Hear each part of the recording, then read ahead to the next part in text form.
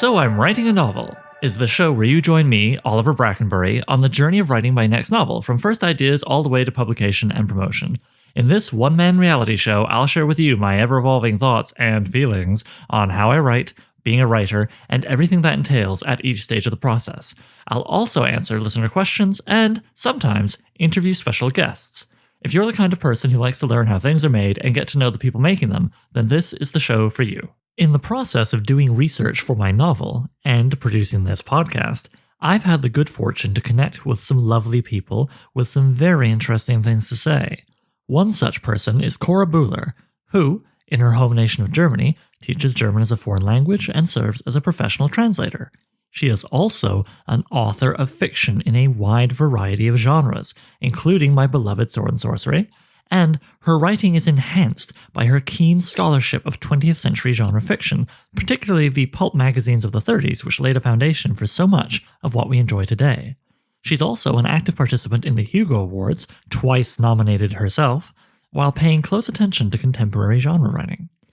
I really think more people need to read and listen to Cora, so I'm having her on the show today.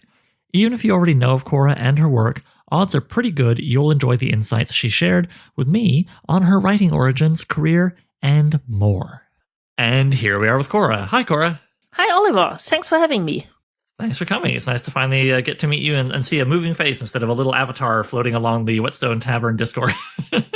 Yeah.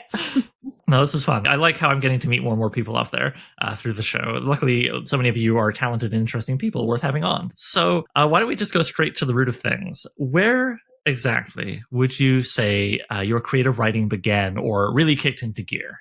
Well, I've been telling stories and making up stories pretty much all my life, from very early age on. And eventually I started writing them down. I tried writing eine Blyton-Pastiche, yes, wonderful, in elementary school, which I think never went beyond 3 or 4 pages. And I started writing more seriously when I was 15 or 16 years old. I tried to also, I tried a couple of things. I wanted to compose and write an opera, which also never went anywhere.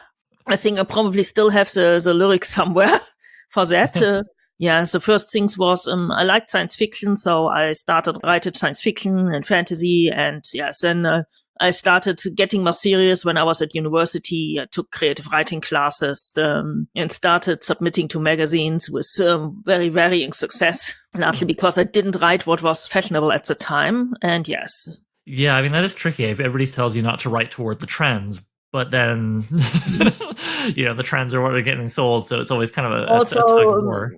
It was not all that easy living in Germany and writing for the English, because Germany had pretty much no science fiction and fantasy market. You could write for the sort of dime novels, little magazines with brand name characters like Perry Roden, who's a spaceman, and there's a John Sinclair, who's a ghostwriter. You can write that. But at the time, in the 1990s, early 2000s, there was almost no German fantasy market except for maybe a few media tie-ins and those magazines, because the publishers preferred to translate mostly American and British authors who were already proven successes instead of taking a chance on a German unknown. This has changed by now, by the way. It's gotten a lot better. Oh, good. So I just started writing in English and trying to sell whatever I could. And of course, that also was a bit of a problem because in the time when they still had snail mail submissions, everything took ages. My first publication was actually in the University Literary magazine, cool. Which we had at the time, which must have been, it's over 20 years ago now, I think. And so here I am. And then self-publishing came along and I started self-publishing, first with some things I'd gotten the rights to back, and then I enjoyed the process. Well, and some of what you mentioned there brings me to my next question, which is, certainly for an ignorant Canadian over where I am, I'm left wondering, how did someone growing up in pre- and early internet Germany wind up falling in love and even have the opportunity to fall in love with the American pulp? Okay, well, first of all, I haven't always lived in Germany because my dad had one of those jobs. He's a naval architect where he had to travel a lot. So I lived in Singapore, I lived in the US but I was very small when I lived in the US. I was only 5. So that was the only thing I read there were little golden books.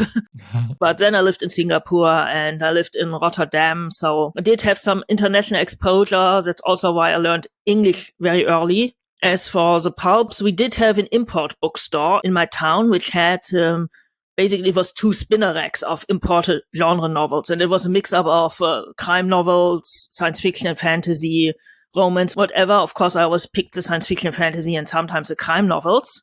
So I encountered a lot of what was originally pulp SF and fantasy via those spinner racks, because it was a lot. They had stuff like Asimov and Edgar Rice Burroughs and everything, and fell in love with it. And later I figured out where they came from, and I did have a sort of affinity for the pulps because we still have pulps of a sort in Germany. We have dime novels. Oh, okay. And they're still published and still exist these days, not as successful as they used to be. And those dime novels were everywhere when I was growing up.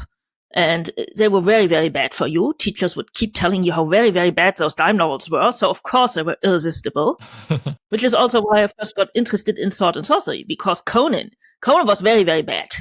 Conan is very, very, all I knew about Conan was he's a barbarian, he's played by Arnold Schwarzenegger, and he's very, very bad for you. It's very bad. If you read him, he glorifies violence.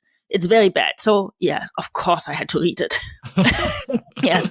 It was German 1970s pop culture criticism where everything was very, very bad for you. Stephen King was also very, very bad for you. So guess what everybody read. And so I had a sort of affinity for this. And I had also via import bookstores access to non-fiction books like the Encyclopedia of Science Fiction and similar books, which I really saved up my pocket money to buy because those books were useful. They told you what authors would be interesting to read and what films would be good to watch. And some of them had photos of pulp covers, which looked really, really intriguing, except that, of course, I had no way of ever seeing one of those. Then I got on the internet, and you could at least, even the early internet, you could get, illegal scans, probably, and some stuff from early Gutenberg and illegal scans of Shadow and Spider Pulps and Doc Savage and all those things. So I finally got to read them and also learn more about the production method and was really intrigued. And yes, that's a fascination which has continued to the present day. And of course, nowadays it's easier than ever to get your hand on scans of actual pulp. The actual magazines are still not easy to find here simply because they almost never ended up on our shores. They did a few of them. I mean, we know that Werner von Braun was religiously reading the American science fiction pulps, even while he was building the V2 rocket. No one quite knows how they got in, but somehow how he managed to get his American science fiction pulps delivered throughout World War II. And he was Werner von Braun and his pals were reading the same pulp magazines that the guys of the Manhattan Project were reading, probably at the same time. So what a wonderful image. I mean, well, wonderful maybe it's a strong word with anything involved in him. You can imagine him sitting there in his office and reading his pulp, and the Nazis actually I don't know how they managed this. I think it was via Scandinavia or some neutral country, but somehow they got their hands on American pulp magazines to deliver to Werner von Braun, who really, really desperately wanted to read them. I guess they figured, well, maybe it's inspiration. I don't know. And he was just having fun, enjoying the stories, I'm sure. Wow. I love that. And I love what you were saying a moment ago about how, it reminds me of something I think you might enjoy, which is talking about the scans of the early internet pulp, stuff, and how like you couldn't really get them legitimately anyway. It makes me think of something I have been hearing lately when people talk about pirating video games from more than like 10, 15 years ago, because contemporary companies like Nintendo increasingly makes it harder and harder to get a hold of a lot of their old games. And so these game pirates will say, well, we're not stealing at this point, we're archiving, we're keeping this medium that we love alive. And I would say that's the same thing going on with the quote unquote illegal scans of those pulps. It's not like you could go anywhere in North America and buy most of them anyway, right? I mean, they've all been out of print for heaven knows how many decades for the most part. So yeah, like it's just, that's kind of neat. You never know how you're going to get your magazines. Yeah. I mean, video games are really in danger of vanishing simply because the hardware is increasingly getting impossible to get. Well, exactly. And, a friend of mine nearly wound up working at the National Archives in Canada, in Ottawa. And he told me from what he learned in his schooling, one of the major challenges at the archives is just keeping a few like Betamax players and other oddball, media things running, because it's the only way they can access so much. Every few years, it's like, oh, this is the wave of the future. And then the waves of the future become the waves of the past. But we still want to read what was said during those waves. I still have a zip drive somewhere. It was very expensive, and I was so happy to have it because it had so much more storage space. I could actually put all my stories on that zip drive instead of just putting on like 10 stories and then having like 10 different disks. But if I had to read it, I will have to switch on a very, very old computer and hope that the drive still works. Yeah, no, I remember zip drives. I am concerned for the day when we will stop having even like CD, DVD drives. Most computers don't come with them anymore, but at least... No, my PC does not have a CD drive. I have an external drive, and when I want to use it, I have to either plug out the microphone or I have to take out my USB stick. It's because I still need it when I'm teaching German. Also German books still come with CDs for the audio files. Oh dear. Oh well, but in the meanwhile, luckily we do seem to have our ways of getting a hold of these older stories that we enjoy. And you touched upon it briefly there, but could you maybe, since it was the genre that's responsible for you and I meeting online, give us a little more detail about what was your sword and sorcery origin story? What were the tales that you fell in love with, and how did you find them? I guess my first contact with the genre was probably via the Thunder the Barbarian and Masters of the Universe cartoons, which of course came out when I was exactly at the right age to watch them. And I watched them a lot, and they did not originally air in Germany, but my dad was working in Rotterdam in the Netherlands at the time, and Germany, you have to know, had only 3 TV channels until 1985, and I lived in a rural area, so I did not have more than 3 TV channels until 1989. And it was the 27th of February in 1989 that we got private television, and that we suddenly got, it was 2 extra channels, and I was absolutely over the moon. It was the best thing that happened in 1989. And I mean, something else really important happened in 1989, which was great. And, this was really, it was liberation, because those private TV channels, they showed all sorts of American shows which the German channels had not been showing, and cartoons were very, very difficult to watch. But luckily, my dad worked in Rotterdam, and he had cable TV in his flat, and they had Sky Channel. And Sky Channel, out of the UK, was broadcasting cartoons every morning back then, including all of the stuff, Masters of the Universe, Mask, Jam, all of them. And yes, I watched all of them religiously. Yes, and of course I knew about Conan by osmosis, simply because, yes, he was played by Arnold Schwarzenegger in a movie. It was very, very bad for you. It was very violence glorifying. Of course I needed to read him. And then also the Netherlands have a big comic culture, shared with France and Belgium, and they don't have a lot of superhero comics. They have science fiction comics, a lot of historical comics, adventure comics, and they had, of course, sword and sorcery. There was one called Aria, which I loved, about a female warrior character. There was one called Storm, of course, and if you try to see Storm comic, you get a Marvel character. I was going to say, yeah. But yes, it was called Storm. It was a sort of alternate world sword and sorcery, sword and planet thing, and there was Gita of Alizar, and there were lots of those, often with female characters, and I usually did not buy them because, of course, I didn't have that much money. I was a teenager, but I just went into the shops and read them there, and the people in the shops let me read them. I think this was also how I first encountered Lovecraft and Lovecraftian imagery via some comic. And interesting, whenever I'm in the Netherlands today, and when I see a shop from that chain, I always go in and buy a comic, because now I can afford it.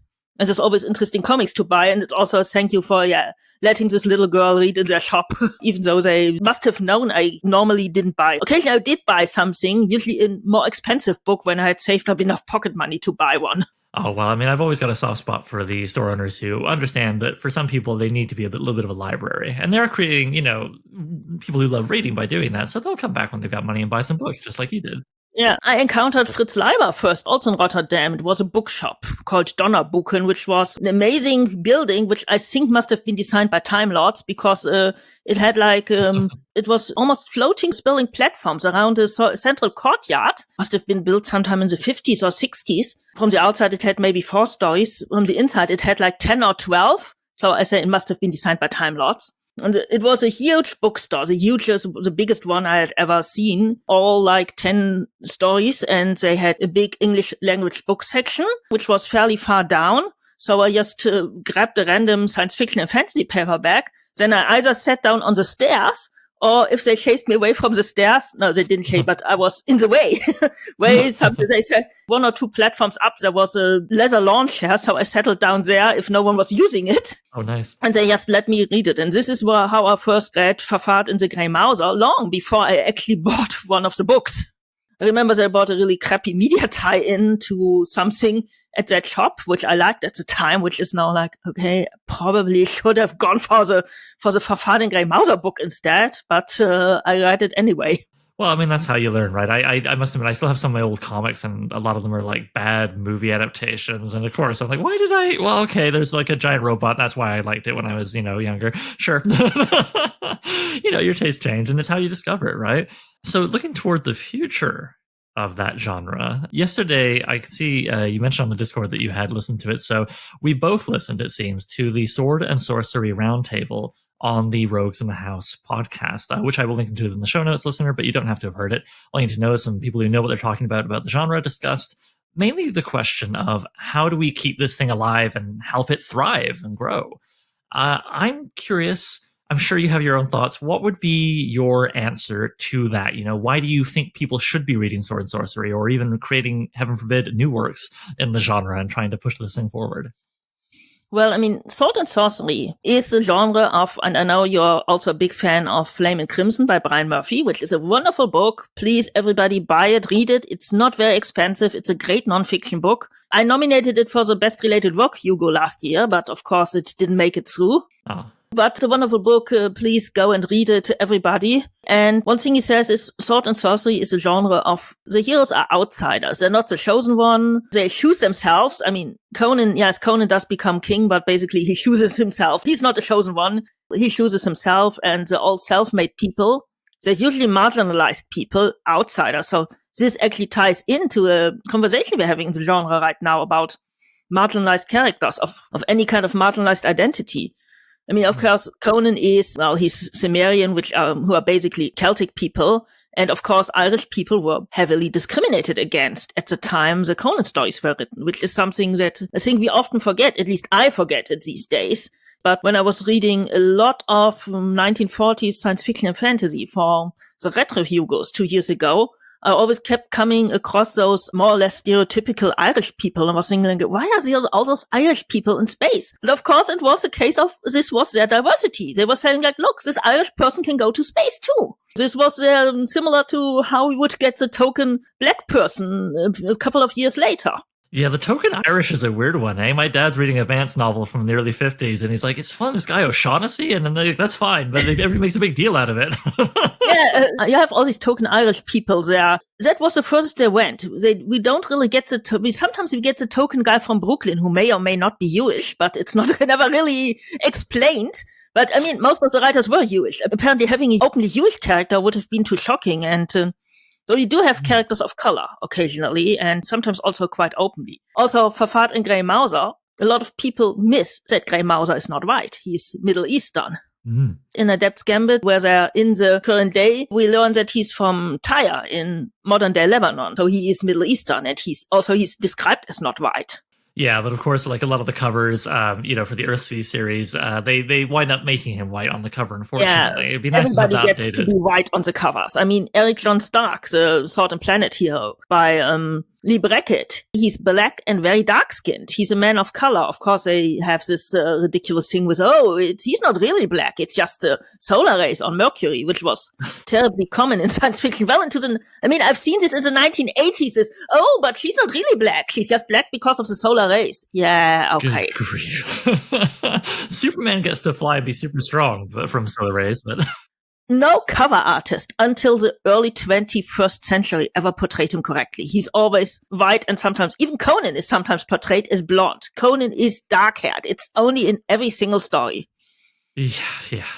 Well, I mean, obviously it tells us more about the artists or maybe the publishers, than about the characters and the authors. I mean, and on to Fafhrd and Grey Mouser, am I remembering correctly? Isn't it Fafhrd is sort of all but explicitly put as bisexual in, I believe, the Two Greatest Thieves in Lankmar. It sort of slipped in there that like he's fine with men too, even if we don't see him with a male partner during the series. So yeah, you can find these little things poking through in the old stories, and it's nice to acknowledge that as well as look to new stories. I personally would love to see the story's got to be good too, obviously, but I would love to see like a trans sword and sorcery hero. What might that be like?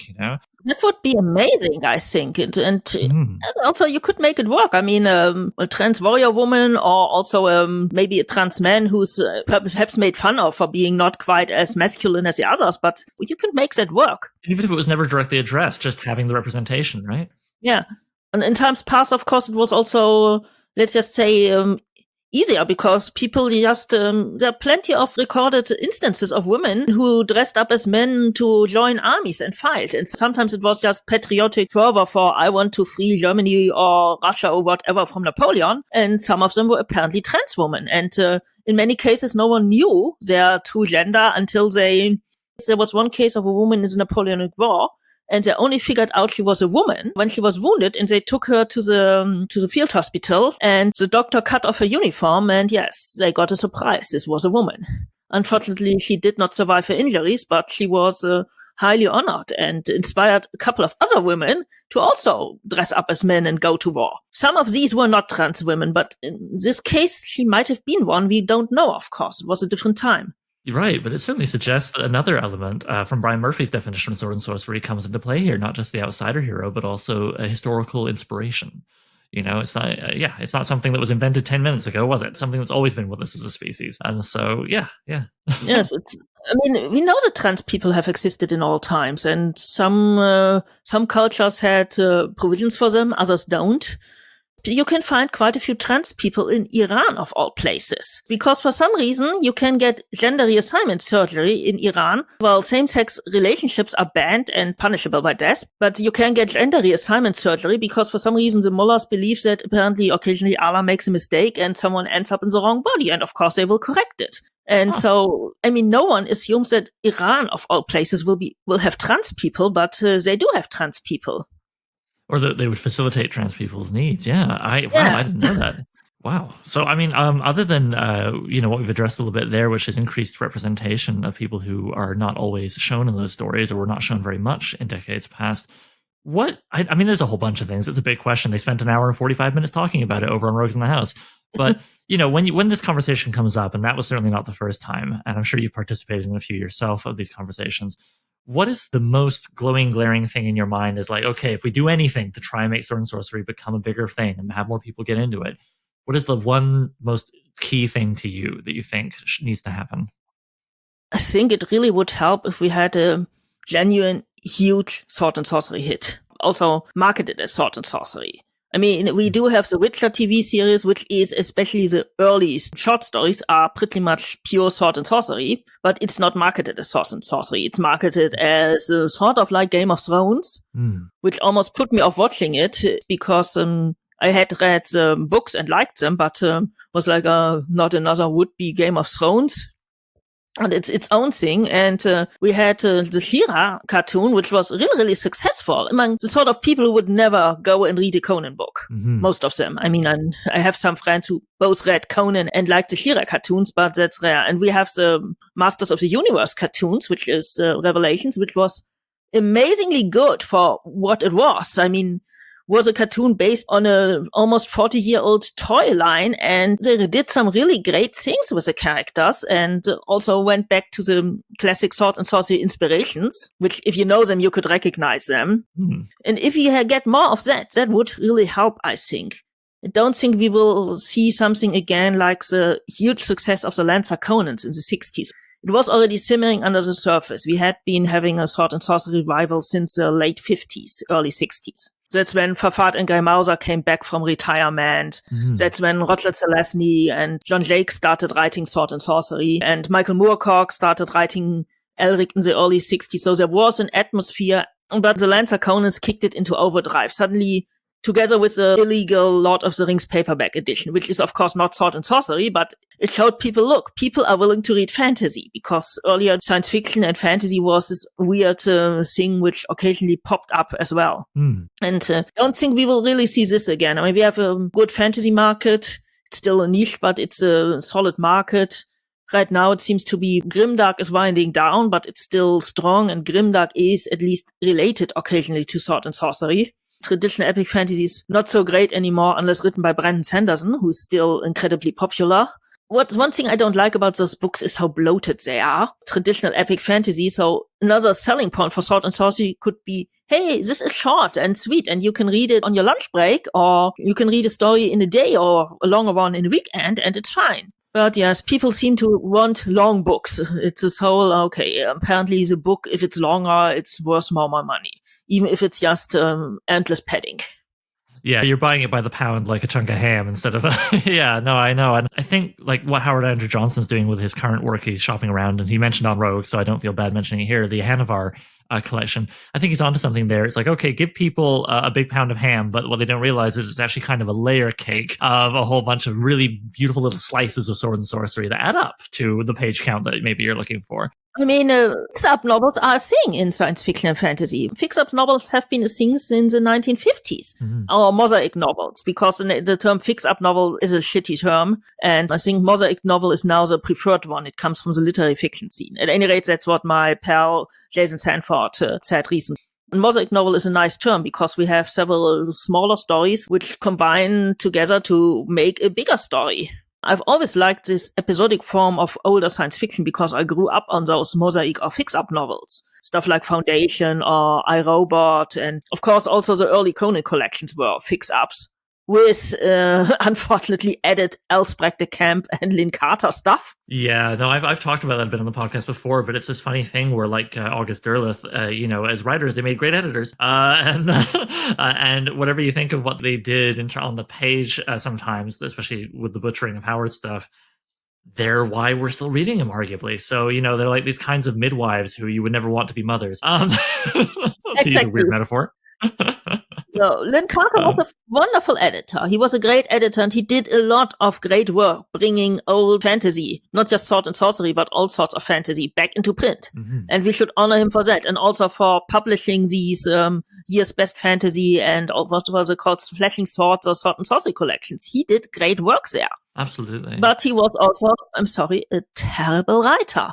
I had the misfortune of reviewing his attempt at a space opera, which was basically Foundation, as if written by Robert E. Howard, which sounds wonderful in theory, but in practice it was just utterly terrible. Oh dear. Okay, I was laughing out loud and sharing the excerpts from the book with friends like, you won't believe what's written here. You won't believe this. I can believe it. I read his World's End series in a similar vibe, but I kind of got into it. I was like, this is like a berserk weird He-Man with a giant robot bird called literally a bazonga. And I was like, oh, just one? Okay. Thought those usually came in pairs. Anyway, we could easily talk about sword and sorcery for another, 30 minutes to an hour or more, I'm sure. Probably the rest of the day, really. But you don't just write sword and sorcery. Far from it.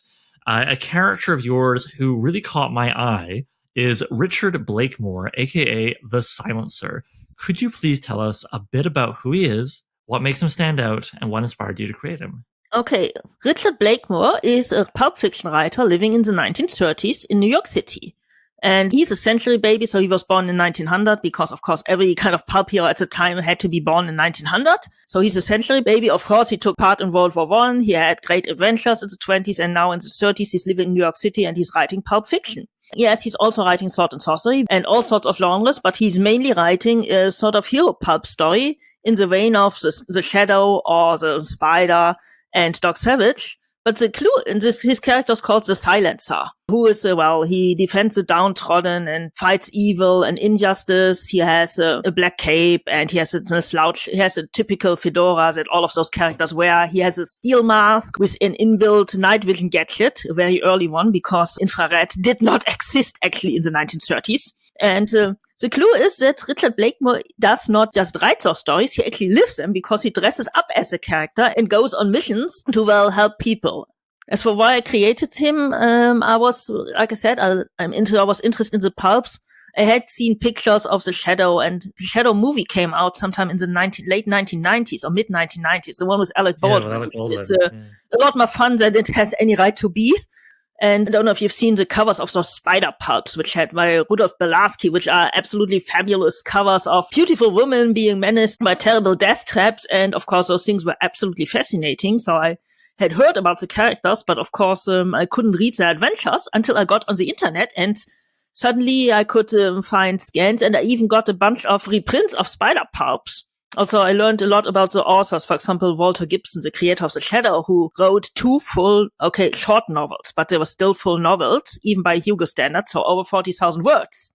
2 in a month, and he was basically typing all the time. And a lot of these people also had fascinating background. Some of them were World War I veterans, or Walter Gibson was a stage magician, so I was fascinated by those people, and I ran across the famous Lester Dent Pulp Fiction master plot and thought, okay, I want to try this out. Let's imagine it's 1936 and I'm writing a pulp story. And then I said, okay, I need a hero. And so I came up with the Silencer character. Originally, he was just a rich playboy about town, which Richard Blakemore still pretends to be sometimes. But I thought, would be much cooler if he actually were a pulp writer. So yes, this is how the Silencer was born. He has appeared in 10 or 11 complete stories by now, ranging from short story to novel at length.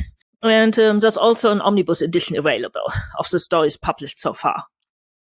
Cool. Well, of course, I will be linking to your website where people can find these lovely stories in the show notes and on the website. I love the concept. I don't know how familiar you are with the Batman animated series from the early 90s, but I watched it a lot. Oh, great. So maybe you remember in that telling of Batman's legend, he had a big love for a pulp hero called, he was more in the serials, I think, than the magazines, serial films, The Great Ghost.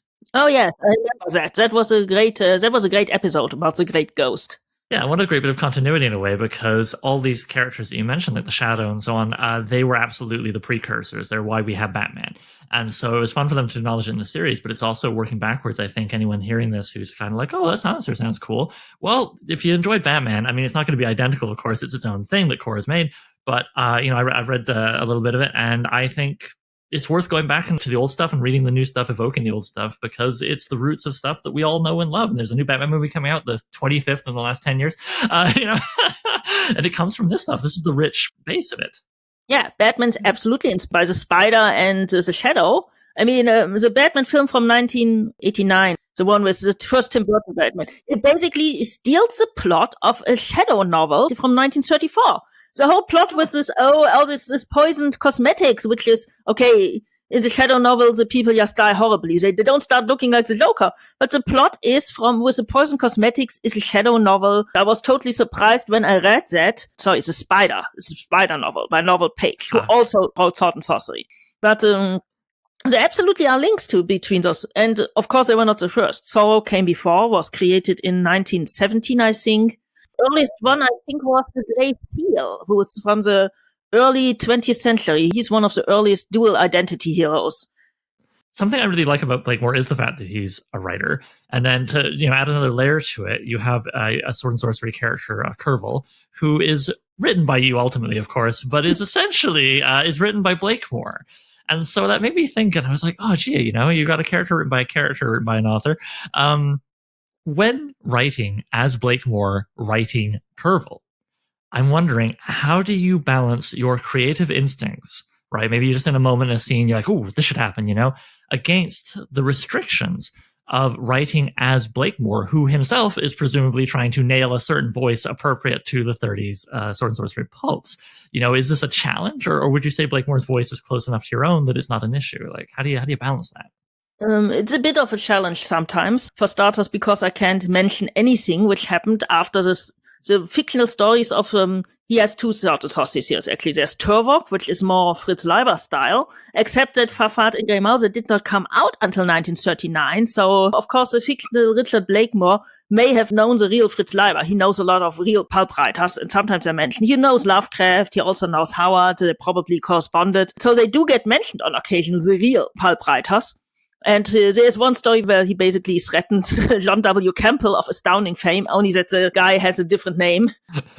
So yes, that was a bit of fun to have. So he knows those, but he couldn't have read Verfahren Grey Mauser simply because they weren't out yet. And how I came to this was, there's one story where Richard Blakemore, he's just saved a woman from a gang, and he's a little bit wounded, and he goes to a drugstore to patch up his wounds before going home, and sees a new issue of Weird Tales and buys it. And I picked out an issue for him to buy, and it was one which had, I think it's an installment of Hour of the Dragon, and there's a Gerald of Lorry story, and there's a Lovecraft story, all in one issue of Weird Tales, and I have him use like, oh, I like those stories. Of course, he can't call them sword and sorcery because the term, of course, wasn't invented until 1961. Yeah. So he's like, oh, I like those stories. I would like to write one like that one day. And then I actually wrote a sword and sorcery story, the first Turvok story, and I wrote it very, very quickly on a very, very hot day in summer. And then I thought like, okay, maybe this is Richard Blakemore's Lost Sword and Sorcery novel. And then I wrote a couple more about the same characters, especially originally it was just a lone wandering barbarian Turvok, but he picked up his first friend at the end of the first story, so he got his Grey Mouser character. Then they picked up 2 women, so it was suddenly a quartet, and I thought then when I wanted to publish those stories, like, okay, why don't I just pretend they're lost pulp stories from the 1930s written by this lost pulp character, and I'm just the editor who is rediscovering them. As for challenges, well, I mean, mine are, I think, a bit more modern. One of the Coras stories has a sex scene in it which you wouldn't have found in the 1930s. But it needed to be there for the story. And the thing I write is like, oh, this is the manuscript we discovered with the sex scene which was cut out because it was censored in the 1930s. It's like the Howard manuscripts discovered in the trunk, which also we know that some things were cut out from them, not necessarily because of sex, but all of the cases where Howard more explicitly talks about sexual violence, most of them were in stories which were never published, which is interesting because apparently Farnsworth Wright he was very, very careful, and he had to be about what he published. If you think about it, the most explicit things about sexual violence in the Conan or also Solomon Kane stories, most of them are not in stories which were actually published. So, and they're fairly oblique because you couldn't really openly speak about it. It's amazing that C.L. Moore was able to get away with so much. I mean, Chamblot, the first Northwest Smith story, has, I think it's a 2.5 page, which is basically a drug-induced tentacle sex scene. That's what it is. And it was published in 1934, I think, or 33. I have no idea how she was able to get away with it. But I understand that she did not want to use her full name. She always said she was afraid to lose her job at the bank. But it wasn't just because, oh, she has a different income, but, oh, this woman who's not married is writing about sex and apparently drugs. And, of course, that would have been quite shocking at the time. Yeah, no, what you're describing there is certainly more explicit than the largely metaphorical violence of her Giraud Jury stories. You know, yeah, the Giraud stories are metaphorical because I think a rape scene would not have been and I did not quite get this when I first read. I was like, okay, the guy kissed you, yes. Why don't you just kicking him the nuts or slap him or something, which is what we do. You don't have to kill him. That's a bit extreme. You don't have to go into the pits of hell for the most horrible way to kill him. Yes. As I reread them last year, I said like, oh my God, this is actually a metaphor for sexual assault. He is a rape survivor. And it's remarkably accurate. She has flashbacks, and she also keeps having flashbacks in future stories. We have this woman character, this woman warrior, coming to terms with a sexual assault. Now, I could talk about Giraud all day because I love those stories. Yeah, she's amazing. So if we bring it back to the voice issue, I do like that you mentioned you'll go more with the ones that are yours, not Blakemore, so to speak. You'll make the decision based on what the story needs over what the genre maybe suggests should happen. And I think that's definitely part of how we want to keep this thing alive and vibrant going forward, because I think if you just try and tick off a box. I mean, don't get me wrong. I also have the Lester Dent story outline formula in a folder. I'm going to play with that sooner or later. But if you, outside of those kind of fun exercises, are too beholden to a structure, then you're not making anything new, are you? So yeah, but it can be so tempting in a scene to go, okay, well, I know what to do next because I know what always happened in those stories. Versus maybe your inside is telling you, no, we need an explicit sex scene, or we need to have something else happen, that they wouldn't do back then. Actually, I usually get away from even the Lester Dent. Whenever I try to write one, I usually never get past the second turning point, and it just goes off into its own direction. Also, I have people of color, which would have been not uncommon. There are more people of color in the pulps than you imagine. I have hinted at gay people in the Corval stories. Sometimes I do get more modern because it's not the 30s anymore. In cases like the sex scene, I can always go like, okay, but this line was cut for the original pulp, but we found the original manuscript somewhere. I like that. I like the way it turns the story itself into feeling like a kind of lost treasure. I think that's a wonderful framing device. Speaking of genre and adopting a voice, Could you please tell us sort of the brief pitch for what Galactic Journey is, how you became involved, and what you do as a participant? Because I have been particularly enjoying some of the columns you put up recently. Yeah, okay. Galactic Journey is basically it's a science fiction fanzine and fantasy fanzine.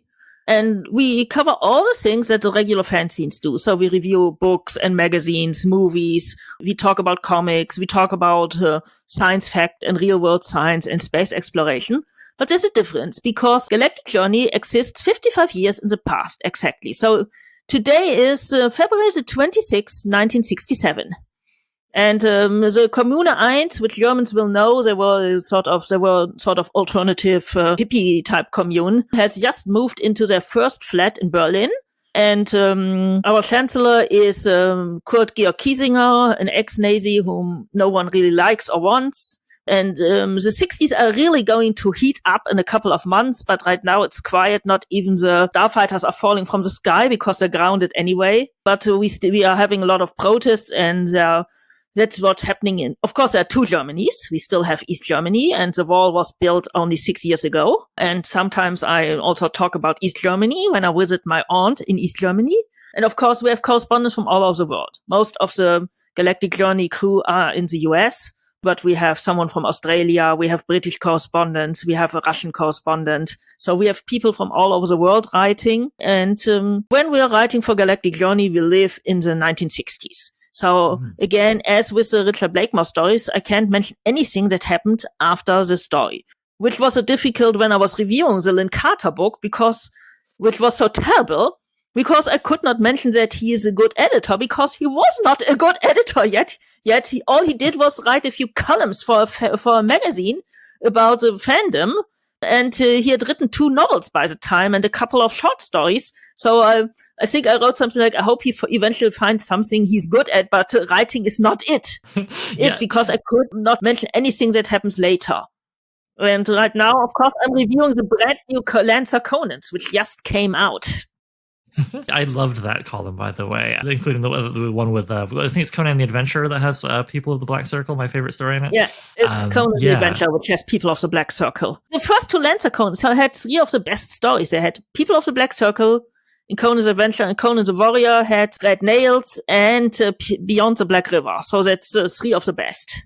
Yeah, no, a solid volume. And I loved the framing device of you reviewing it as someone there when it actually came out, and the temptation that must be strong sometimes. Like, people write a lot of period stories to wink at the future to come. As you say, I hope he becomes, try something else, than that writing, maybe editing, who knows? Yeah, sometimes we do this.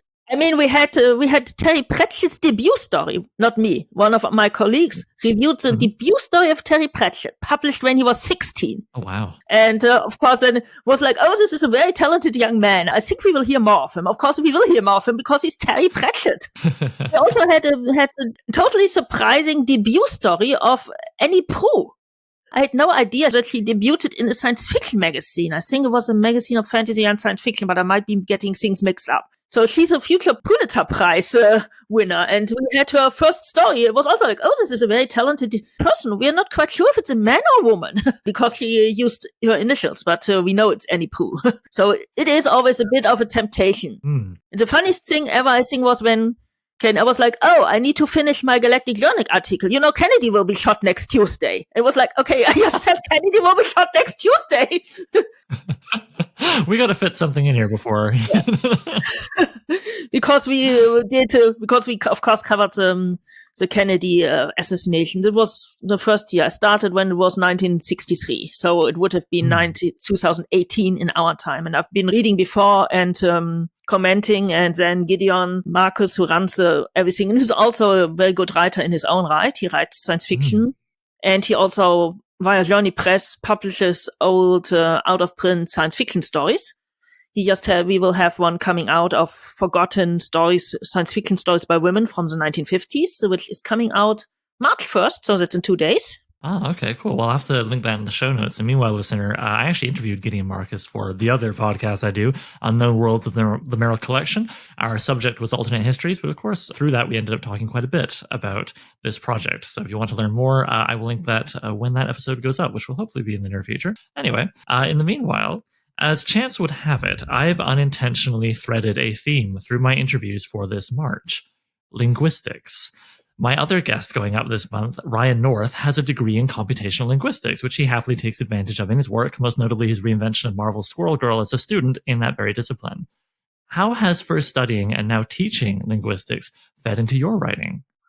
Well, I call myself an accidental linguist because I studied English, and at my university you have to take linguistics classes when you want to study English, which is also a good thing because you need to understand how language works. And then pretty much the first job I had after I graduated and after I got my MA was teaching introductory linguistics at the University of Vechta, which is a university you'll never have heard of. It's Germany's smallest university in a rural town.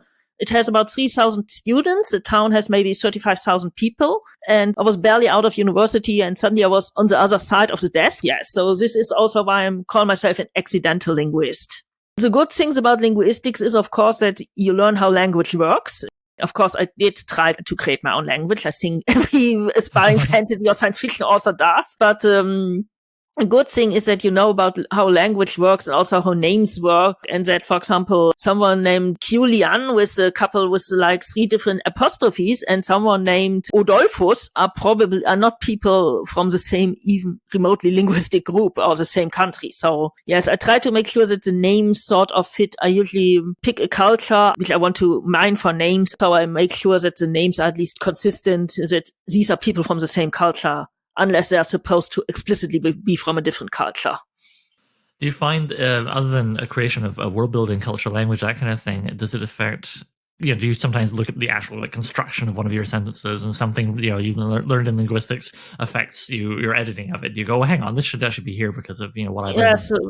Yes, it does, of course. You look at a sentence and think, okay, like this structure is clumsy or unpleasant, or simply, okay, I've now started 5 sentences in a row with Corval was, or Corval did this and Corval did that. So let's change it around a little bit. Of course, if you're a linguist, you also sort of know how language works and what you can change around, which changes with the different languages. Mm-hmm. In German, it's easier to switch the objects and subjects and verbs around than it is in English. In English, the word order is a lot more rigid than in German. German allows you to switch everything around. So that's, of course, also a challenge to do.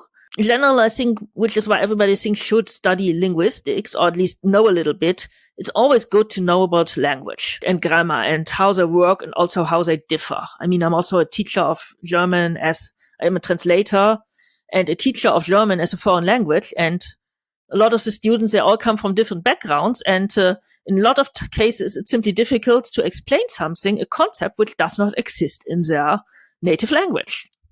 And here I am over here with my one language I speak. I'm not even bilingual because I was terrible at French. But also you were not born in Canada, because I thought in Canada everybody at least had to learn both languages. That's the theory. The operating practice is we all have French class up to a certain point when we can stop taking it if we want to in high school. And even those of us who go all the way through are not necessarily what you would call bilingual. It depends. It's honestly not terribly important unless you want to work in government or somewhere else that demands it. And even living in Ottawa, as I did growing up, a theoretically bilingual city, I was fine not speaking French. I'm not proud of it, but yeah. Meanwhile, we're getting near the end here. I just want to ask 2 quick questions of you. One would be, could you please tell us a little bit about Pegasus Pulp Publishing? And do you, through running that, have any advice for people out there looking to self-publish? Things to avoid, lesser-known venues than Amazon, which they might be overlooking? That kind of thing. Yeah, I started self-publishing with originally a couple of short stories to which I'd gotten the rights back in 2011 to dip my feet in the pool. And, I needed a publishing name. So I thought, what do I call my company? And actually, the Buhlert family has a family crest, and it's a Pegasus. Huh? And the Pegasus is, of course, it's a winged horse, but it's the mount of poets. And so I think, wow, that's cool. I will call it Pegasus Books or Pegasus Publishing. But there already was a company called Pegasus Books, so I said, I'm Pegasus Pulp Publishing because I like pulps and I want to be sort of like the new pulps. So yes, that's how the company name was born. And I found that I do most things myself. I have beta readers to go over the stories because it's good to always have a different set of eye on it. But I do the formatting, the cover design, I do everything myself. And by now it's an established process. And I found I enjoyed it. So I also started self-publishing original works because a lot of the things I like to write were not really fashionable at the time. I publish, as it's called, wide. So I'm not Amazon exclusive. I never was. And actually a large part of my sales come from outside Amazon. So you can basically buy my books wherever, I can get them. So you can get them at Apple Books, at Barnes & Noble, at Kobo from Canada, which is, it's not just Canada, Kobo's international, but Kobo is actually one of I think it's my second biggest market, or might be my third now. I haven't really run the numbers lately. You can get them at via Tolino, which is a German and European sort of system, which is similar to the Nuke for Barnes & Noble. And you can get them at Drive-Thru Fiction. Yes, Fiction, I remember you mentioning them on Discord. Yes. Yeah. Drive-Thru Fiction is a great market for me, especially for the sword and sorcery stuff and the pulpy stuff, because they are they mostly sell games. This month, I think I sold like maybe 5 times as much as Drive-Thru Fiction as I sold at Amazon. Also, the people at Drive-Thru Fiction, they usually buy the whole series. Amazon, it's sometimes someone buys the whole series or trinkles, but Drive-Thru, it's always like, oh, someone bought the whole series. I just had that happen today with actually 2 brand new books, which only had been published barely not even 24 hours yet. And I said, wow, someone found them and bought them. I don't know how this even works. Well, that's wonderful. And it's so good to look outside of Amazon. I know too many people who almost begrudgingly, but just kind of go, well, that's the ecosystem. It's like, no, there's stuff outside.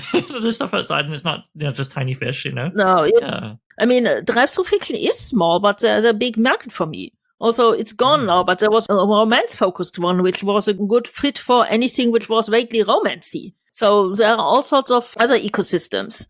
I mean, the thing that most people are tied to Amazon because of the Kindle Unlimited, which is their library. I'm not in Kindle Unlimited. And a lot of people I know make a lot of money with Kindle Unlimited, but Kindle Unlimited pays by the page. And since most of mine are short, and it's usually just a few pennies per thing. So if it's just one income stream, I don't mind getting the few pennies because they add up. But if it's a main income stream, sorry, no. I did not put all the money in there to get maybe what a pro-paying market would pay for like maybe 3 words. So I'm not doing this. Well, exactly. I mean, your labor has value and the output of your labor should not be treated. Once again, we come back to my thinking of it as being sold like ham, by the pound, which is the Kindle Unlimited approach that certainly has made me a little wary. Okay, well, thank you for those insights, Cora, and for spending this time with me today. I really appreciate it. I'd like to wrap up by not only asking where can people find you online and what do you have coming up next, the good old standard podcast exit questions, but also, as we've covered, you write in a wide variety of genres and do all kinds of cool stuff. Maybe we can put a pin on this by having you tell our listeners what, broadly speaking, makes a Cora Buhlert story. So what is one of the key qualities that your work brings? The characters are often outsiders, which is, of course, why I fit well with sword and sorcery. But also the characters in the other stories are also quite often outsiders in the science fiction stories or the things. There's usually, my characters are not really loners. Even if they start out at loners, they always if it's a series, they always gather a supporting cast.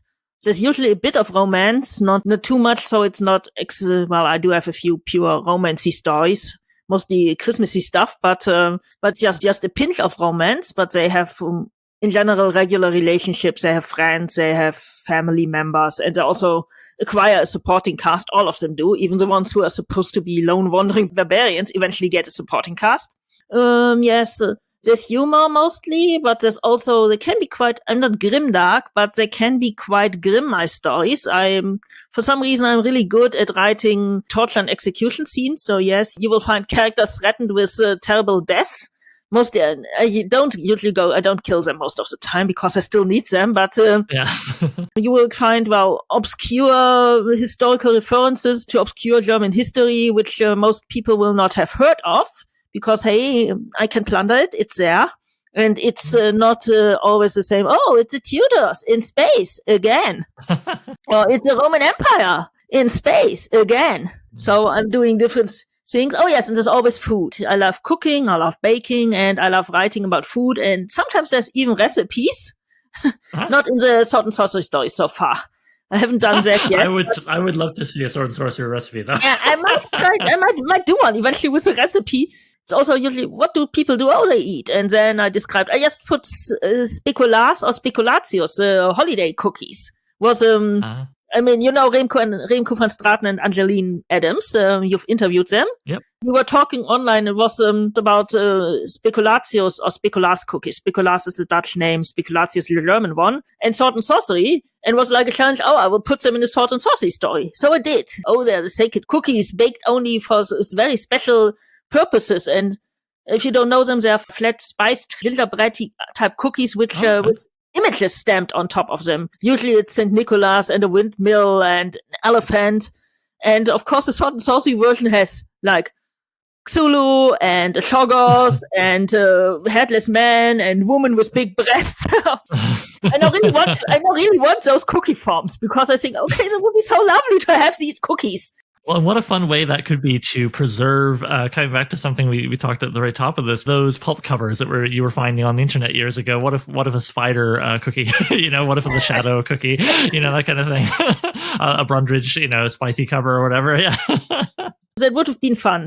Yeah, that's what you get when you read my stuff, and that's it ranges all over the time. Even in one series, some of the stories can be very intense, some of them are more humorous, and some are quieter, but for the two Sword and Sorcery series, the Turvok series is more lighthearted. It occasionally goes into darker stuff. I think the one that you read was a little bit darker. I feel that way, yeah. But it's mostly lighthearted, banter. It's more, if you like Fritz Leiber, you will probably like Turvok. And the Corvalds are more intense. They're more like Howard and C.L. Moore. So if you like them, you might like Corval. Corval's actually a pretty good guy. He doesn't really want to hurt people, though he does if he has to. The Corvalds were born out of my wish to, and I always liked the Conan as King stories, but there are only very few of those.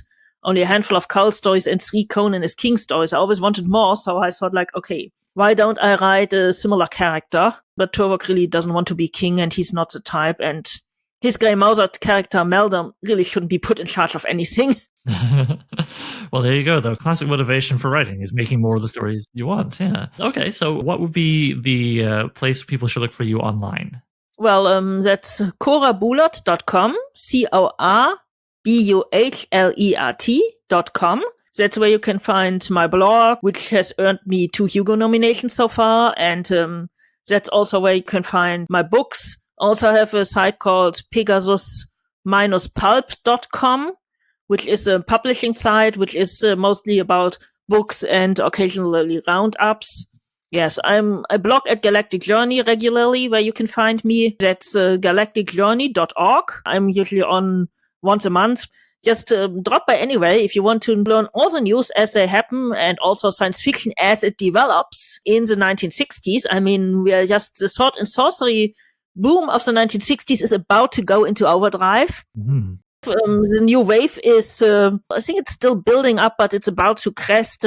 Dangerous Visions comes out later this year, the Dangerous Visions anthology. So yes, that's a really fascinating time. And of course, you can also see the 1960s and the various social movements ramping up, and also the unrest of the 1960s. Right, and I've discovered a lot of really interesting stuff through following you on Twitter. What's your handle on there again?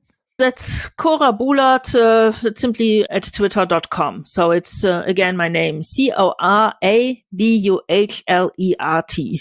Well, excellent. Well, I will link to all of those in the show notes, so it's make it even easier for people to find you. I strongly recommend them to do it. Well, thank you so much for being so generous with your time today, Cora. I really appreciate it. And I look forward to further conversations, whether audio like this or back on the good old Whetstone Discord. Yeah. Thank you so much for being with me today. Thanks for having me, and was great being here. And yes, I'm an eager listener of your podcast. Yours is one. I found so many great podcasts via interviewing podcasters who are Hugo eligible, and you're one of my regular listens now. So thanks for having me. Oh, thank you, Cora. Take care. Bye-bye. Bye. So I'm Writing a Novel features original music by Gloria Guns and is hosted by yours truly, Oliver Brackenbury. If you'd like to submit a question, then please email it to soimwritinganovel@gmail.com. Bonus points if you record yourself and send me an MP3 I can cut into the show. Doesn't have to be fancy, using your phone is fine. Just keep it clear and concise. You can also holler at the show on Twitter. Look for @so_writing. That's @so_writing. Please consider sharing the show with anybody who might like it, leaving a review on Apple Podcasts, and checking out patreon.com/so-I'm-writing-a-novel. Patrons get to be thanked in the final novel, listen to episodes of the podcast a week early, and even enjoy a bonus podcast called So I Wrote a Novel, where I read and comment on chapters of previous works, starting with my first novel, Junkyard Leopard. Thanks for hanging out with me and Cora, and I'll see you soon.